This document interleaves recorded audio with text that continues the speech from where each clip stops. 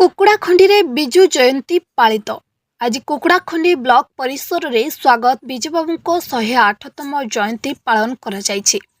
Block ଅଧ୍ୟକ୍ଷ କାମାକ୍ଷା ପ୍ରସାଦ ପାତ୍ରଙ୍କ ଦ୍ୱାରା ବ୍ଲକ କାର୍ଯ୍ୟାଳୟ ପରିସରରେ ଥିବା ବିଜୁବାବୁଙ୍କ ପ୍ରତିମୂର୍ତ୍ତିରେ ଫୁଲମାଳ ଦେବା ସହ ଶ୍ରଦ୍ଧାଞ୍ଜଳି ଜଣାଇଥିଲେ ଓ ଜାତିର ପିତା ମହାତ୍ମା ଗାନ୍ଧୀଙ୍କୁ ମଧ୍ୟ ଫୁଲମାଳ ଦେବା ସହ ଶ୍ରଦ୍ଧାଞ୍ଜଳି ଜଣାଇଥିଲେ।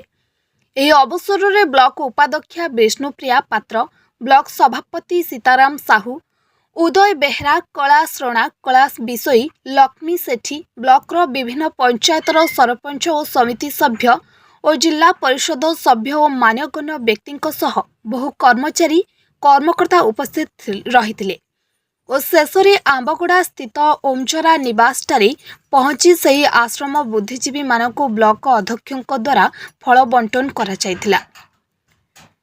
Bureau report, news today Odia.